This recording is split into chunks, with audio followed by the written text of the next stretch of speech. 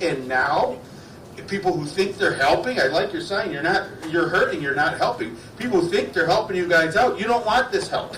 So the bottom line is that you've had a hard time, and this will make it even harder. I think, I know from dealing with the Restaurant Lodging Association, they're predicting that 20% of restaurants are just going to close in the next year. I know that in the city of Washington, D.C., where my daughter lives, they've already had to fire 3,000 people. And if you extrapolate that out to what's going to happen in Michigan, there's projections this could be 50,000 people lose their jobs. And businesses closing, this is just a plain old big deal. So where are we now? Here's the problem. If we fail to find a compromise in that building before the end of the year, this is already the law. This is what will be happening in February. Because of this crazy political process, the way it ran through, it took me forever to understand, what do you mean adopt and amend? What does that even mean? But it's a crazy process. This is the law of the land, unless we can get something happen by the end of the year. I keep telling people I love to work across the aisle. I mean, I'll work with anybody who's reasonable down here. And sadly, we live in a time where everybody wants to play politics.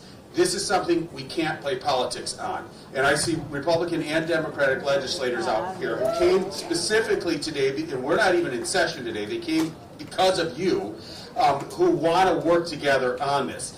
Sadly, for whatever reason, though, we're in a state where we're not meeting much. We should be sitting in there having sessions right now and having committees and voting on, introducing bills that could solve this and voting on. We're not having session. We're not having session probably much in October because of this crazy election and all that's going on. So it makes it even more important what you guys are doing. You need to get everybody you know calling every representative, sending us emails. Don't swear at us and yell at us, because a lot of us are trying the best we can. We just don't know what we don't know on this. But explain the issue.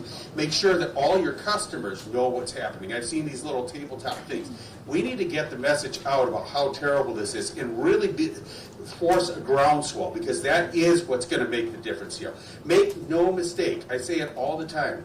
In Lansing, the squeaky wheel gets the grease. Just don't stop. Just keep hammering, hammering, hammering, hammering, and don't let us go home this year without a solution, or else we're all in trouble. Talk to your local chambers of commerce, get other businesses in support, let them know what's going to happen to them if this passes. And I just want to know what you're doing is really important.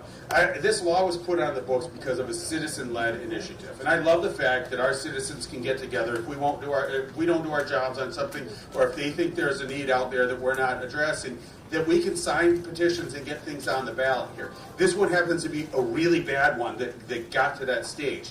But this was a citizen-led initiative from the beginning, and I think that's the only thing that's going to solve it. So keep up the fight, get involved, keep raising your voices loud, and let's get this thing done.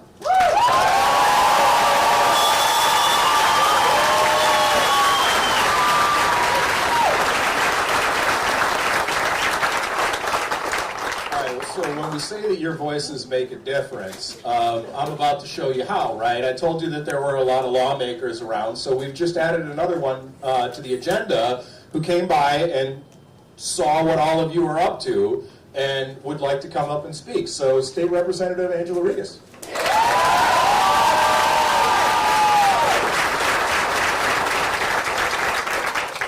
Thank you. Thank you so much. And good morning. And I am so inspired by all of you showing up here. I was not on the docket to speak, but you showed up today to have your voices be heard, and it's amazing. I was a grassroots activist before I became a legislator, so this is the stuff that I used to do weekly, and it's inspiring, because aren't we sick and tired of government getting in our way? Like, you know how to do your job, and you make a lot of money at it, and you work hard, and you deserve to keep your money.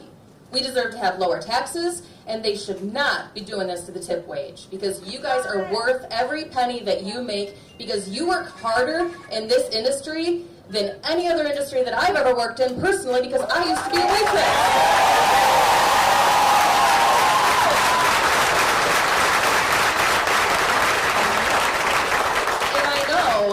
That many of you make more than I do, and what can I say about that except for congratulations, you've earned it.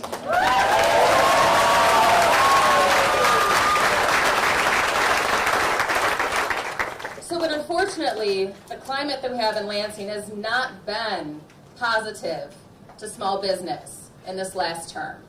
I'm not going to try to get too political with you, but the Democrats are in charge. Yeah. What do I say, right? So you need to call the Speaker's office, flood his voicemail, flood his emails, snail mail, whatever you can do, because you need to make sure that your voice is heard with the Speaker, because ultimately, they need to call us back to session, because we need to address this issue. We need to address it now.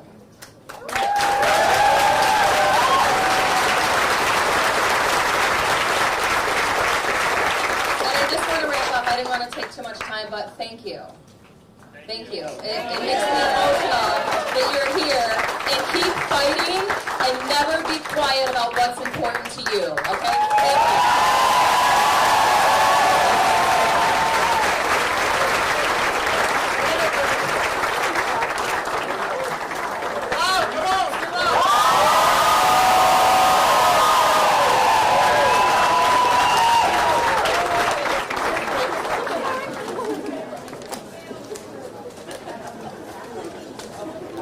See what I mean? You guys show up, and all of a sudden people want to talk to you.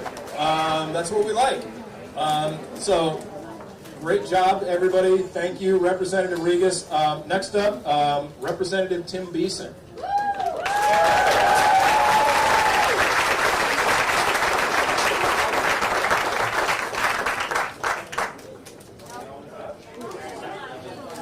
Okay, all right, that's fine.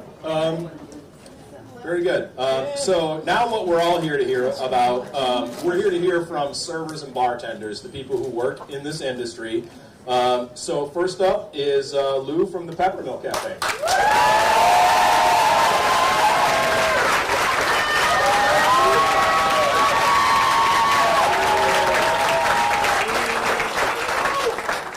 I knew I was going to have to go first.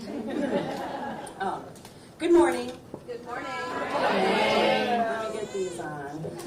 My name is Lou, and I'm an owner-operator of a small business cafe called the Peppermill.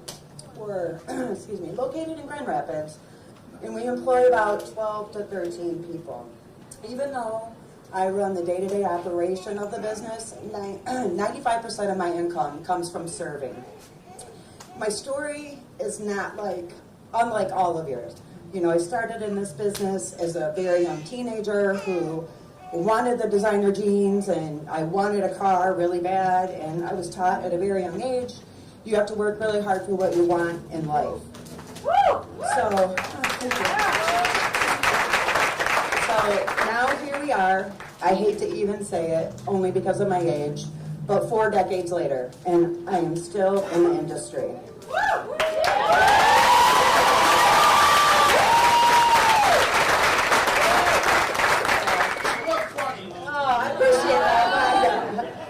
I would have to say that I live a pretty comfortable lifestyle that I choose to live for myself.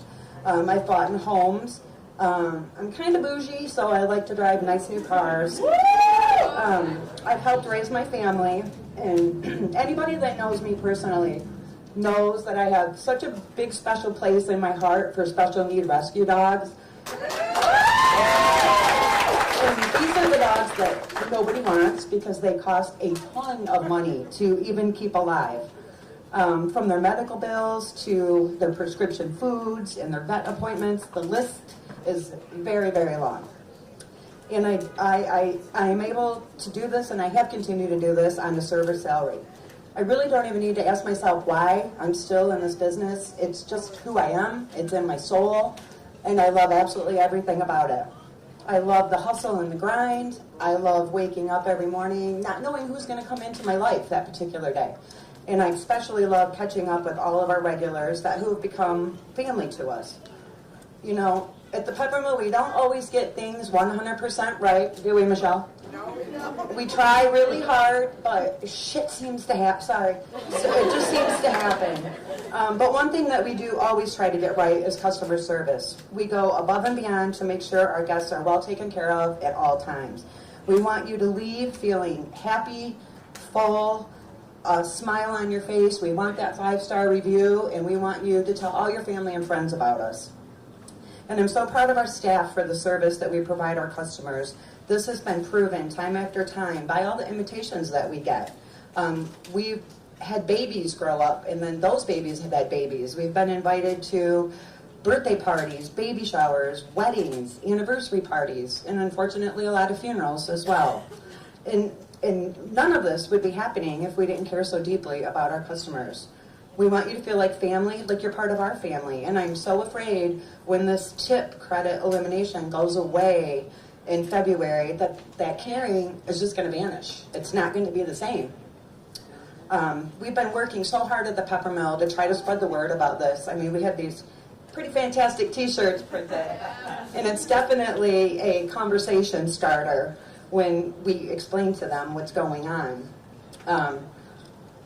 People only know what they know from the news, what they hear in the news or what they see on social media, and it's always very one-sided, and it never really tells the whole entire truth.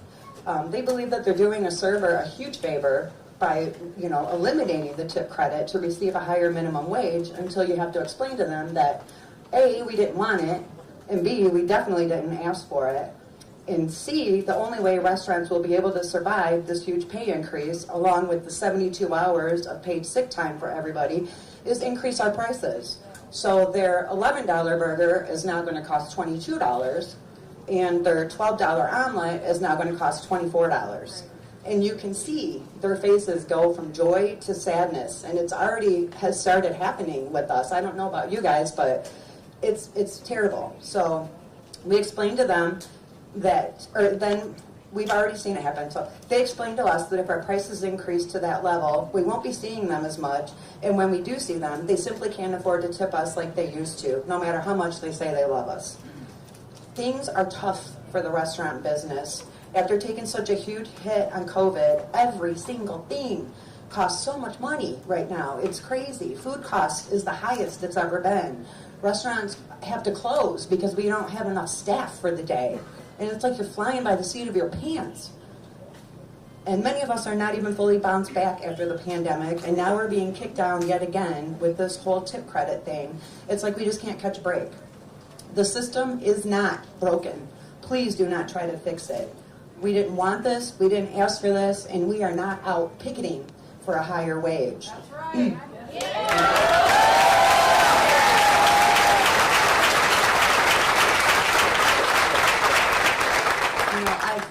Since I'm a server, I've done the math at my own, on my own time, and we literally will be losing half, if not more, of our income when this goes through. Right. We all get into this business knowing full well what we earn per hour, and it's up to us through our hard work to earn a well above minimum wage income. We don't always receive a tip all the time, but I would dare say that probably happens less than 2%. The good outweighs the bad, by sure. I see things posted on social media, and I swear to God, I can't stop myself from going down the rabbit hole. I get so angry that I just want to scream and throw my phone. I see people that are posting comments like, why should we have to cover the cost of paying a server a decent salary? Why are restaurants not paying their employees what they're worth? It's not my responsibility. My response to that, and I seriously can't stress this enough, we didn't ask for this and we don't want it. It's just that simple. As an employer, it's not the fact that we don't want to pay our employees a decent wage, it's that we already make a decent wage, far and above. People need to understand that Michigan restaurants already have to pay the difference if an employee doesn't make enough tips during a given work week to earn at least minimum wage. And I'm going to tell you,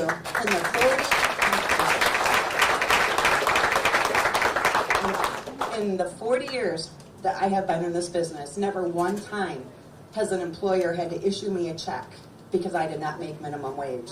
Right. Yeah. In 18 years of owning my restaurant, never once have I had to issue a check to any server to make up for an employee wage. I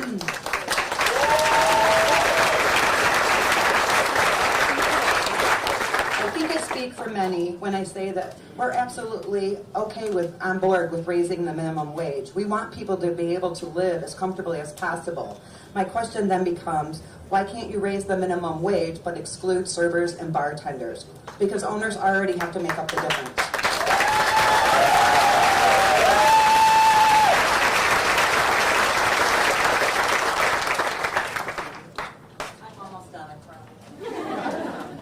So when this happens in February and goes down, this will change the restaurant industry forever, and not in a good, positive way. Please hear us all today. Please take action, and please help us to continue to do what we all love to do without punishing us and taking half or more of our income away. Thank you.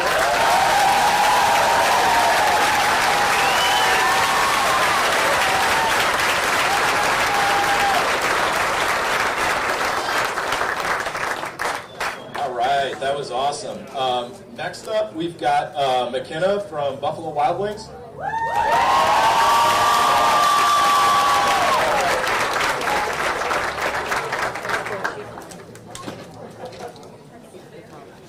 Good afternoon.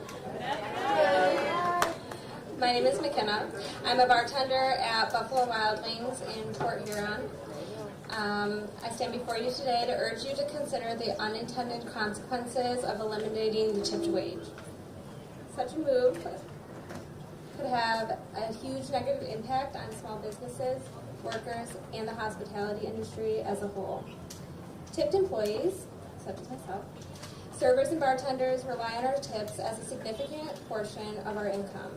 Many of us already earn well above the minimum wage when our tips are factored in.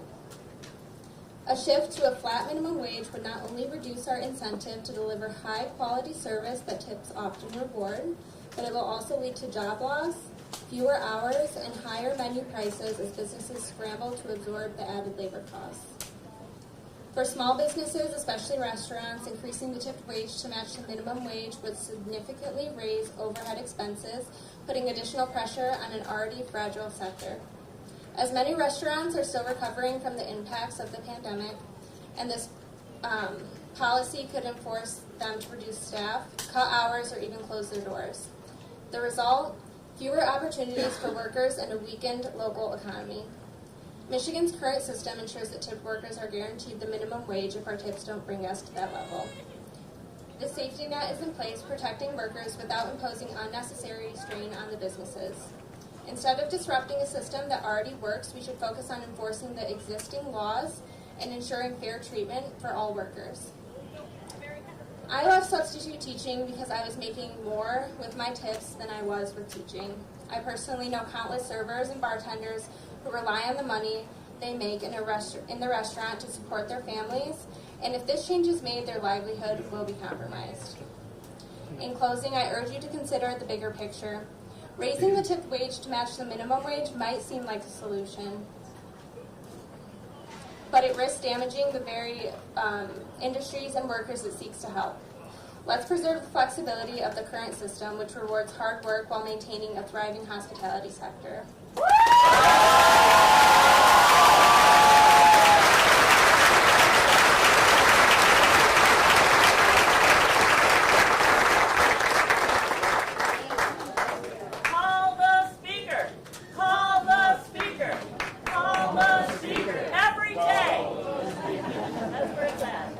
Yeah, I love that energy. Like, let's keep that energy. I love this.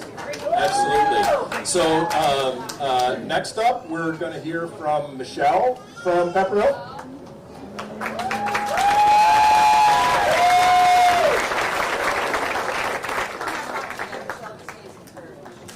I talk to people every day, and I'm so nervous of you guys. So, hello, my name is Michelle. I work at the Peppermill Cafe in Grand Rapids. I started my early years in life working in a factory, thinking that was the best thing to do for my family to have insurance. Well, when they left and went to Mexico, guess what happened? I decided to go back to my roots and start serving. I see my customers more than I see my grown children. We have one big happy family. We go to weddings, we go to graduations and funerals of our customers. I've been serving now for 20 years, raised my family, and love every minute of it. At the age I am, hopefully I can retire in 10 years. But where do I go if this happens? Where are we going now? I just don't understand why you have to change things that are not broken. I raised my children.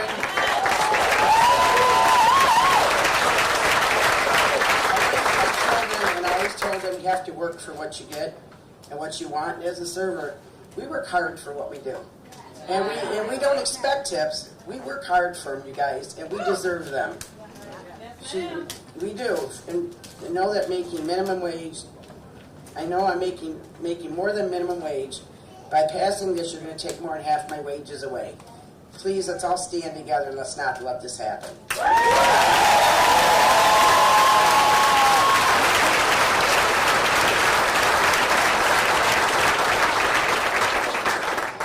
Just that easy. Like conversations with lawmakers, conversations with the media are just that easy. That was awesome. Star, you're up next.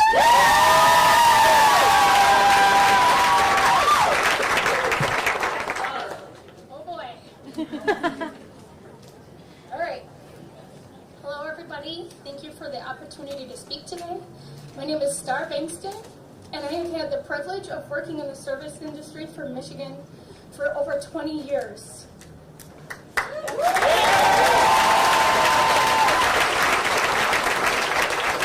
love you, Star! I stand before you today not just as a longtime employee, but as a passionate advocate for the preservation of the tip credit, a policy that is vital not only to my livelihood, but to the broader economic health of our state. For over 2 decades, I have witnessed firsthand the impact of the tip credit on both workers and businesses. The tip credit allows workers like myself to support my family. This policy recognizes the unique nature of our work, where excellent service and customer satisfaction are directly rewarded by the patrons we serve.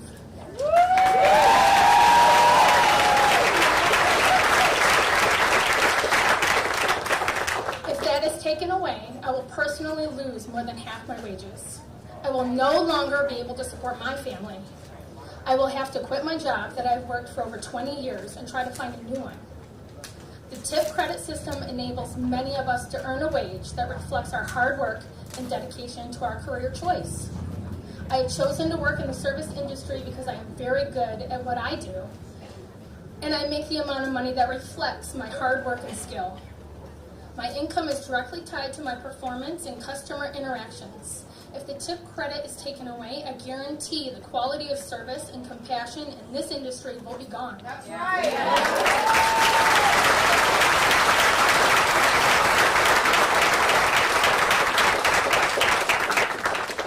Eliminating the tip credit would not only reduce our earnings, but also undermine the incentives that drive exceptional service. Going out to eat will no longer be affordable because restaurant owners will need to raise prices to compensate for paying employees minimum wage. And we will no longer be making a livable wage if they take the tip credit away. I personally love working in the service industry. I enjoy seeing the friends that I've made over the past 20 years. I have worked for Buffalo Wild Wings.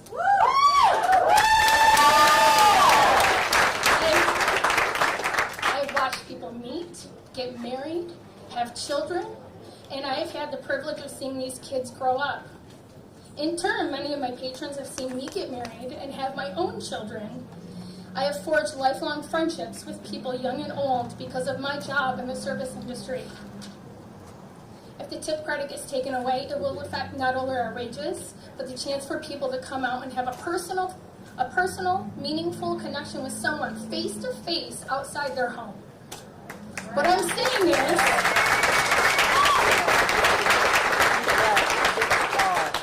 saying is, let us be mindful of not only the economic implications, but also the human elements that contribute to the vibrancy of Michigan's service industry.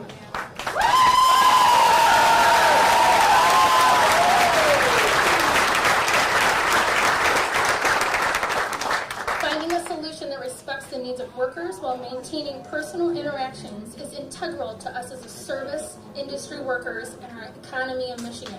We need to find a solution before it is too late. I'm speaking to change this policy, not only for me and my family, but for all of you and your families in Michigan. Thank you.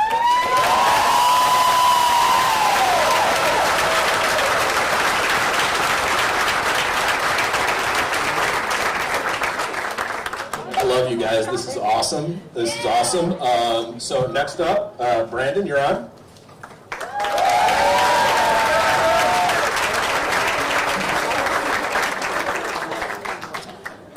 Thank you. My name is Brandon Brooks, working out of Finnville, Michigan, in a farm-to-table restaurant called Salt of the Earth. I'm here representing not just myself, but 100% of our restaurant staff. My family had owned restaurants when I was a kid, and I grew up and around this industry. I've been in the hospitality industry for almost 4 decades now.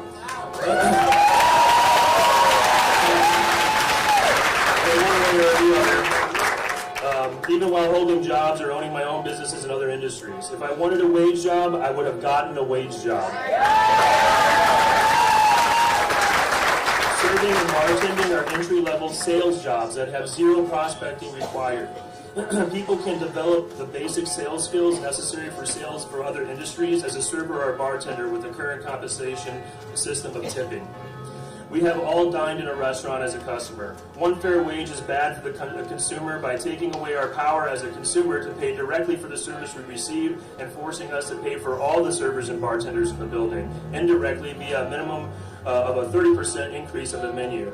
Do you want to increase the price of dining out in Michigan by 30% or more while quality of service goes down? One fair wage means less money for the existing wage and salary jobs in the back of the house and management too, by giving the servers and bartenders a compensation we don't even want that could go to the wage and salary earners. One fair wage is bad for the servers and bartenders, obviously, by taking us off sales compensation via tips, put us on a huge pay reduction for these wages they want us on. It's also bad for us by causing massive unemployment. So there are less jobs in the hospitality industry in general in Michigan starting February. If you don't act now on our behalf, why would we want a $15 an hour wage job when we make around $25 an hour on the low end from our guests now? With an inflation-resistant job that earns a percentage of its sales. One fair wage is much lower compensation decided in 2018 before the massive hyperinflation over the last few years in our economy and gives us less than what the servers have now in Michigan, and the compensation system almost the entire rest of America is on, tips.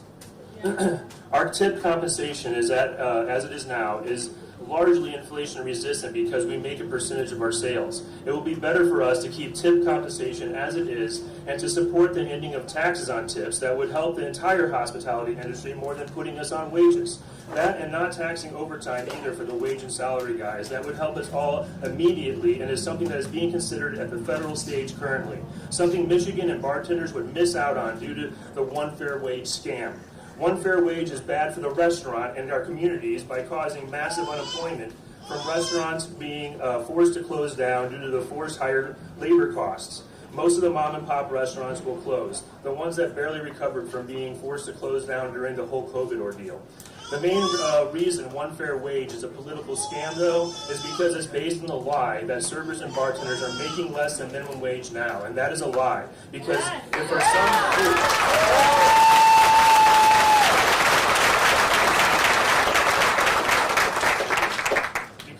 if for some fluke a server doesn't make at least minimum wage that night, the law is right now that the restaurant has to pay us minimum wage already. That is why one fair wage is a political scam that will end up causing massive unemployment in our industry in Michigan. We have a wide range in tip income based on our sales. The difference of a rookie server who has never done it before, building their skills at a franchise restaurant, or going out to a fine dining establishment that only hires seasoned professional servers and bartenders that can make 6 figures a year or more, even with some benefits. My point is that there are currently a wide range of service jobs that our current model allows for, with a wide range of compensation depending on our sales, and not one of those jobs can currently pay below the existing minimum wage. That being said, most of us make at least $25 an hour, and I personally have had jobs where I sold $3,000 to $5,000 a night and cleared 6 figures a year with full benefits and hotel benefits even. Because I can honestly say that I'm at the top 5% earners of servers in the country because I've worked at some of the highest grossing restaurants in the country in Lake Tahoe, Sedona, South Florida, Chicago, and I'm currently working here part-time in Michigan while working on my own businesses. If you pass this law based on lies and deception, I and other seasoned professionals in the hospitality industry will leave this industry or perhaps just leave the state of Michigan. It will be similar to what happened to Detroit in the auto industry, but the whole state closing down full-service restaurants because of the one fair wage political scam. Now you, our legislators, have the power to save the hospitality industry by decisions you make today. Leading up to this coming February, we will be watching, we'll be sharing, and we'll be voting. Choose wisely if you want to keep your jobs by helping us save ours in the hospitality industry here in Michigan.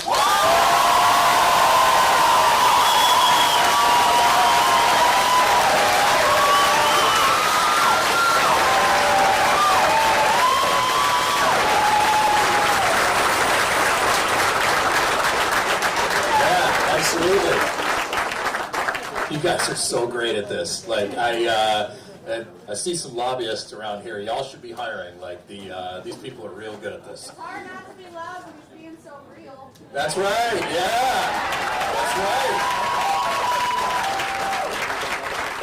All right. Next up, we've got Jordan.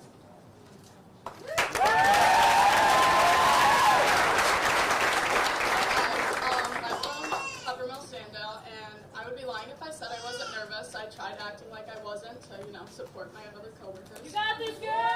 So, I am 18 years old, and like most 18 through 20-year-olds, I came totally unprepared today. I didn't have enough time to think of a long speech, but I've got my thoughts, and I've got you all to move me through emotion. So, I've had the privilege of working at Peppermill for around 3.5 years now, where I started as a host, and for me, tips are still important there. For one, I'm the first face usually someone sees through the door. As a hostess, you're that first instant of customer service. You're setting your servers up for success on that, as well as their own skill.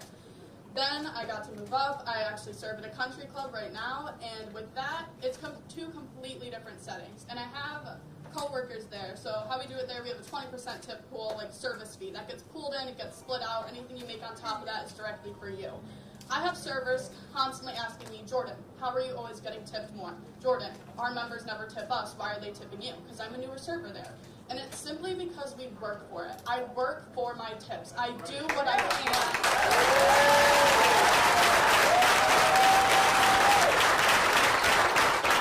The difference is those servers are expecting to not get a tip because they have that 20%. Oh, they're a member? It's fine. I get that 20% service fee. And they're not trying as hard. But I see what my servers do at Peppermill, and I have that to look up to. They're some of the most hard-working people ever. Your food is out fast, which is the cooks, which I'm also a cook there, so shout out to that. And then, just the smile. You are never going to get greeted by your server without a smile. Even if they might be upset with you, a smile on your face. They know to get there fast, to accommodate to everyone, and that's what we do. We work for our tips, and that's the end of it.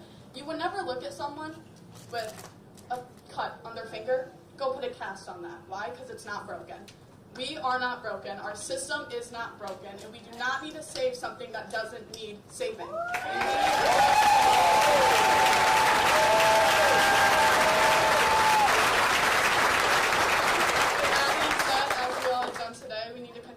Our voices, continue to spread our words. There seems to be a lot of young people here. I know you all have social media. Use it. Use it to your power. You may not be an influencer, but who knows where it's going to reach. I'm not an influencer. My posts reach over 5,000 different accounts. That's important. Share your voice, share the word, and let people know.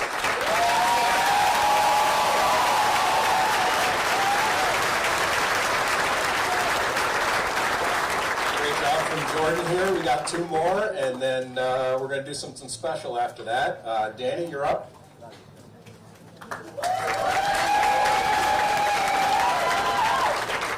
Hi, everybody. I'm Danny. I think we're all here today, and we're all kind of pissed. We all probably gave up shifts and some money and stuff and seeing some regular faces, but I just want to do a little short take on me. I've been in the industry 33 years. I've worked corporate, sidebars. I've done it all. I've also done the mortgage business, I've done the healthcare business, and I've always gone back to the serving business. Why? Because I like my income. Why? I have an affordable living. I have a daughter I'm able to pay through college, debt-free. I have the availability to go to my other daughter's sporting events. There's so many reasons I can go on and on. I'm not going to sit here and talk about myself. I'm going to talk about all of us. I'm going to talk about the essays at my work, the cooks at my work, the owners at my work, the hosts at my work, because this is an effect that will affect all of us, and it's going to dwindle everywhere. None of us want $15 an hour. None of us want $20 an hour. Half of us look at that and we're like, what is that? That's not even a half tank of gas for half of us. We do what we do because of the income. We choose this as a career. This is my career. I have a 401k I'm building off this. This is my job, my livelihood. If I wanted to go and work for $15 an hour, I'd go and work, like all of you, for $15 an hour. I choose not to. I love my job. I love my coworkers. I'm sitting here, and how many of you right now are college students, single parents? You know, you're doing this job for not only, but the flexibility. You know, I work side by side with people that take care of their parents, and they can only work on the weekends. And guess what? He's able to pay his rent. He's you know, can go on vacations, pay his mortgage, his car payments, his insurance, la la la la la. What does it look like? The owner of my business said, what would it take to keep you? $50 an hour. That's what it would take to keep me. Well, I know what this looks like in a year. It looks like I'm going to have a 20-table section. You're going to walk into a restaurant and seat yourself. You're going to come up to a table and you're going to have a little sheet to order your food. And I'm going to be working way more hours for way less money. And what is that going to do to me? That is going to piss me off, along with all the other server bartenders.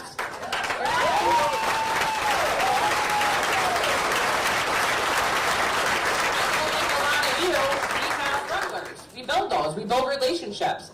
The parents know they can come into my establishment and sit with me with little crimey, you know, Timmy, this, that, and I'm going to entertain them. Why? Because I enjoy seeing them. They might only be able to go out to eat that one night. You're not going to get that entertainment from me for $15 an hour. You want to know why? Because I'm not going to be there. I won't be able to survive. Half the people won't. I'm speaking for the essays, the busters. I look at my coworkers. I look at you in a year from now. I'd like to come back here and ask, how many of you are still in the industry if this passes? If this state sticks? How many? This room would be half empty. More than that. Who are they going to cut? Who employees get cut first? The whole picture looks different, and we all know that. And I don't understand. Did anybody come and ask you before this law went in place what you thought about it? Did you have people in your communities asking you what you thought about it? Because I would like these people to come here right now and get on this podium and ask us what we think about it. This is our livelihood. This is our industry. I know we're on like a little time frame, but I just, I respect you all. I respect our industry. I think this is a horrible idea. And if something doesn't change in a year from two, we're going to be staying at home cooking dinners a lot more. We're going to be opening up a six-pack because we can't afford to go out and see our bartenders or our servers or have a good meal because prices are going up everywhere. I see on the I hope somebody in here is going to push for this over in that Capitol building for us because we can only be so loud, but I guess time will tell. So,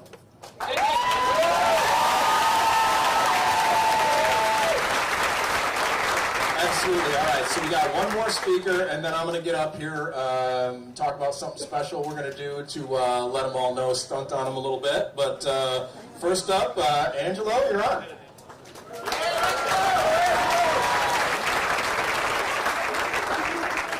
I'm on limited time here, but hi you all. I'm Angelo. I'm 21 years old. I'm currently a student at Michigan State University. I have been in the food service industry since I was 14 years old. I started my first serving job when I was 18, and I bartended, as many of you all have, and I've worked in the retail industry, the mortgage industry, and nothing has amounted to what I have made as a server, and that's why I always come back to this industry. I'm just up here today because I want to tell you all that if this does pass, all of us will more than likely be out of a job. None of us will want to work in this industry. And this is somewhere that we call homes. We've built communities in our stores with our coworkers, with our managers. We've hung out outside of work. You won't have that anymore because we won't be there. Right. I just want you all to know that we just need to make our voices heard, publish on social media, post on TikTok, Snapchat, Instagram, tag your lawmakers, tag Save MI Tips, and yeah, I'm just cutting it short. Real quick.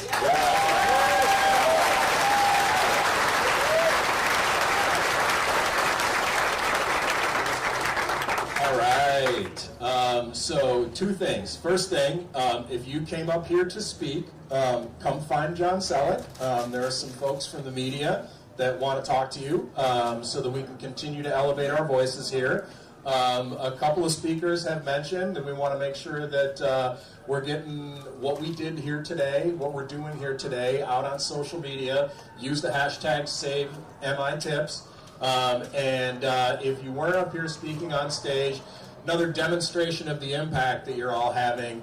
The nice folks right next door on the Capitol steps know what we're doing, and they volunteered to let us come get a picture on the Capitol steps before their event starts. So if you're not over talking to the media, let's proceed very orderly over to the Capitol steps. We're going to get a picture of all of you so that all these lawmakers can see what you're about. Anybody that's hosting the event, that's generous enough to us upstairs, or working with the stoplight traffic desk, and not Mr. Adams, so make sure you say thank you. Don't break the mic. Drop the mic. Yeah, it's like one of those things where it's like nothing's going on, but then so.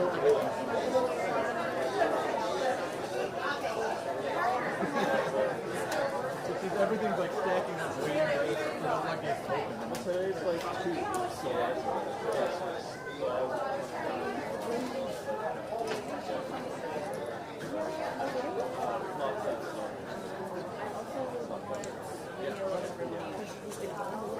yeah, definitely interesting. Somebody who's been responding to our lobbyists to get them to come here and then also I got it.